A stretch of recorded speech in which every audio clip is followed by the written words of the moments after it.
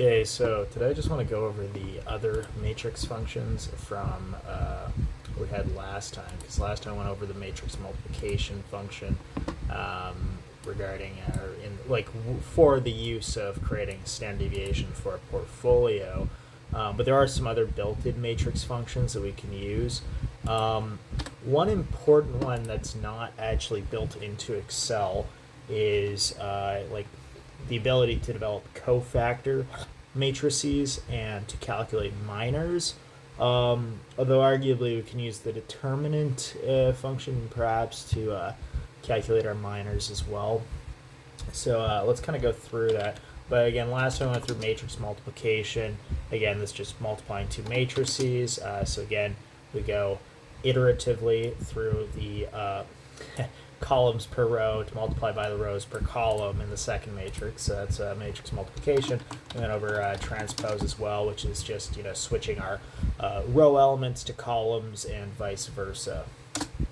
So there's a few other functions in Excel that are built-in matrix functions.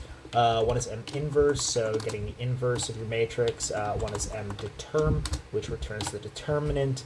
And the last one is MUNIT, which returns your unit matrix. So if we just kind of start off by generating a 4x4 matrix, and we're going to use a 4x4 because it's going to illustrate better how we utilize the determinant as the number of dimensions increases. It's a little bit unclear if we did 3x3 how we would handle the expansion. So we're going to use a 4x4, and we're just going to insert some other numbers for that. And we are going to number the rows and columns like last time. And you can take another look at the transpose function here. Probably, again, also, because the matrix is so small, easier to just input the numbers directly, but we're using transpose. The shortcut I'm using here is Alt-H, which returns the highlight, and then this is a 4x4 matrix. And in case you don't know, when you return Alt, you'll get the taskbar, so H is for home, and then you can kind of just follow the letters here, for example, say H, and if we put FC, for example, we get the font color and so on. So that's how to navigate that if you don't know that. Okay, but we have our 4x4 matrix. MUNIT is the simplest of the bunch. This one's pretty straightforward. It's basically going to return the unit matrix, and that's just going to look like a bunch of ones on a 4x4 in this case, as you can see. We're going to come back to explain the inverse in a minute, but M inverse, or the inverse of the matrix, is basically equal to 1 divided by our determinant of, in this case, we have a matrix A, let's say, then it would be a determinant A, times adjunct A, or transpose of the cofactor matrix. So usually we write transpose Cij, which is the cofactor matrix of rows I, columns J. So yeah. Now if we do the inverse, we're going to get kind of probably a bunch of unintelligible numbers, and we don't know why without this formula here, why we would use that. But we'll talk about the determinant. The determinant, M determinant, is, we'll explain that in a second, but basically it's like summation of the minors multiplied by the coefficients in front of the cofactors. So anyways, we get a single number, which is our sum. Now, one thing I will say is that I tested this out earlier, and I'm pretty sure that Excel doesn't calculate determinants quite correctly. So we'll talk about why. But basically, to calculate our determinants, we're going to take the minors of the top row elements, so in row 1, and we'll just actually I'll copy across here. So we're going to number these so it's still easier. Let's just get to I. Okay. And again, Alt-HH. Okay. So we have our cofactor matrix. So what that would look like then, because basically we have our cofactors are basically the number multiplied by the minor here multiplied by -1 to the exponent sum of the row and column index. So what that looks like in form here, we take -1 and then to the exponent row, and because we're going to copy across, we want to lock the row at 17 plus the column index and lock the column here. So in other words, because these are basically elements, for example, 1 1, 1 2, 1 3. Every other element tends to be a negative number, but that's not always true. So for example, if we go to the 4x4 matrix, we see that 1 4, for example, sums to 5, and then 1 2 sums to 3. So this and this are negative, and if we're going through like in this order and then going through across the rows, we would run into a case where that rule would break. But generally that's kind of the case. Every other number tends to be negative relative to the last. So we take that, so -1 to the exponent, the sum of the row and column index, we multiply that by our value of interest here.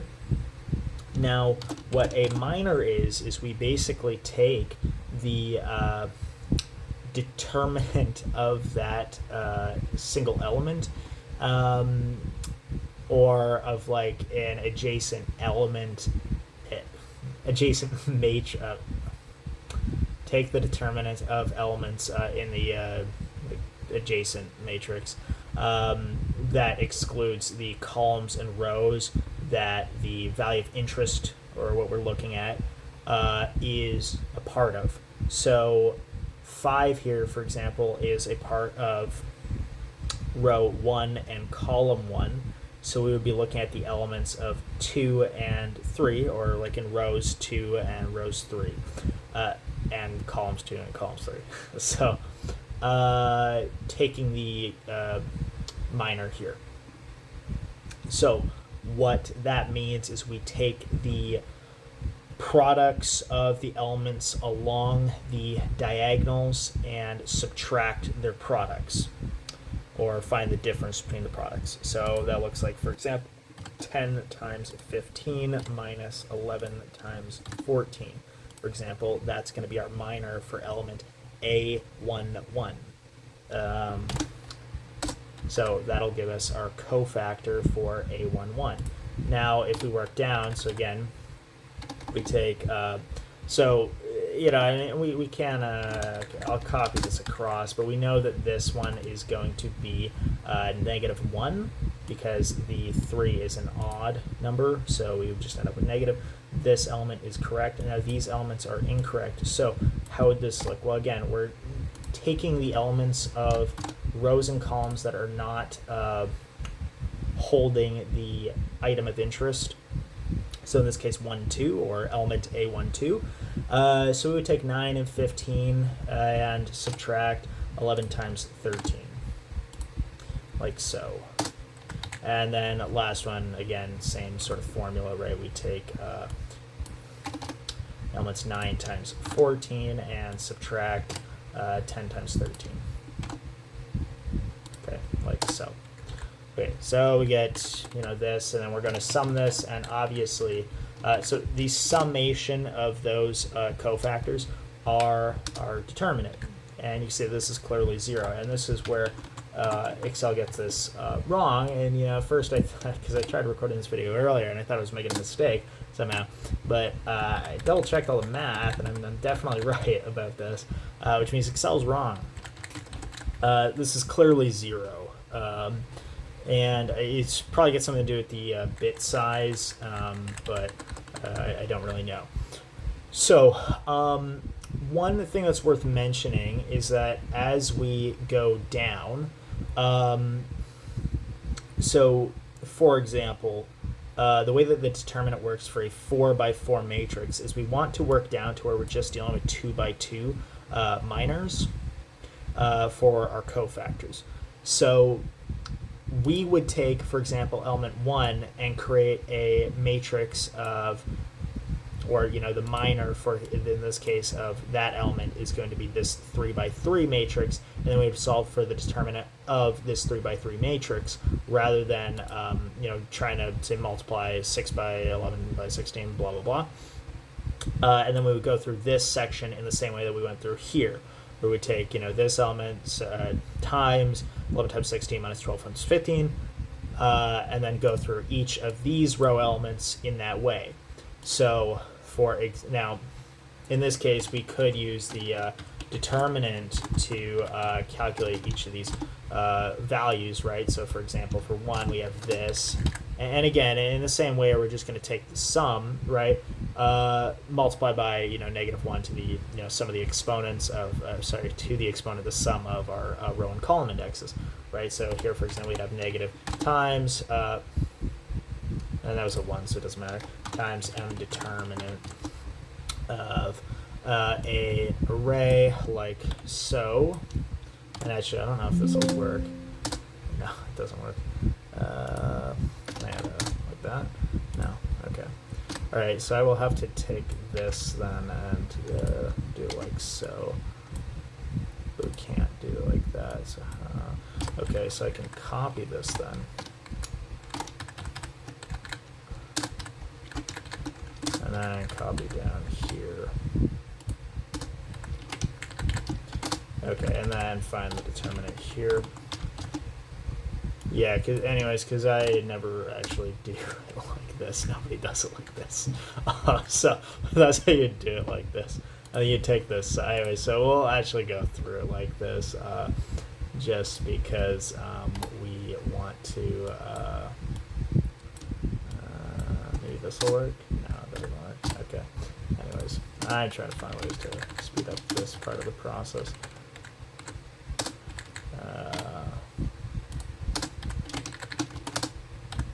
Okay, then we're going to tap through the last one, which is, oh, actually that one we could just use the determinant. Okay. So, and I used the, no, I didn't. Okay. So, and then we'd also have to multiply -2 by that, because again, like -1 times the blah, blah, blah. Okay, so you guys get that.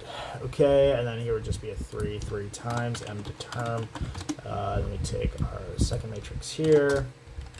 And then this one is 4 plus 1, which is 5, so this is -4 times our determinant. Anyways, so same deal here. We're just going to take the sum of these, and we should have the determinant for, which is also 0. Which, anyways, as you, I don't know what's going on with Excel determinants, but that's how you calculate them at least. So there's probably something going on with the determinants for a function in Excel, because I don't think anyone really uses it anyways. Like it's hard to find a real. Well, I'll show you a use case for it, which is if we have, for example, like elements in a. Actually, let's just call these A, B, C, D, right? So let's say we're like solving a system of equations where we have a multivariable function. We can use this idea where we solve for the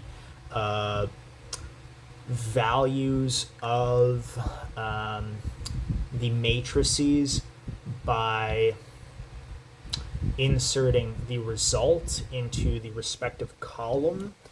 So for example, if this, like A plus 2B plus 3C plus 4D equal like 5, for example, and then we just had this going down in a similar manner.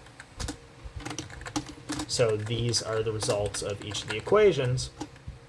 We would take this, for example, and sub into A, and then calculate the determinant with this subbed into A, take that and divide by the determinant of the entire matrix, and get the value for A. So that's, anyways, one use case for that, but you can also use the solver probably to resolve that. So that's how you calculate the determinant, and we need to know how to calculate the determinant to calculate M inverse, or to make this make sense. But seems like after going through this all, it might be kind of useless actually to use the determinant function in Excel, unfortunately.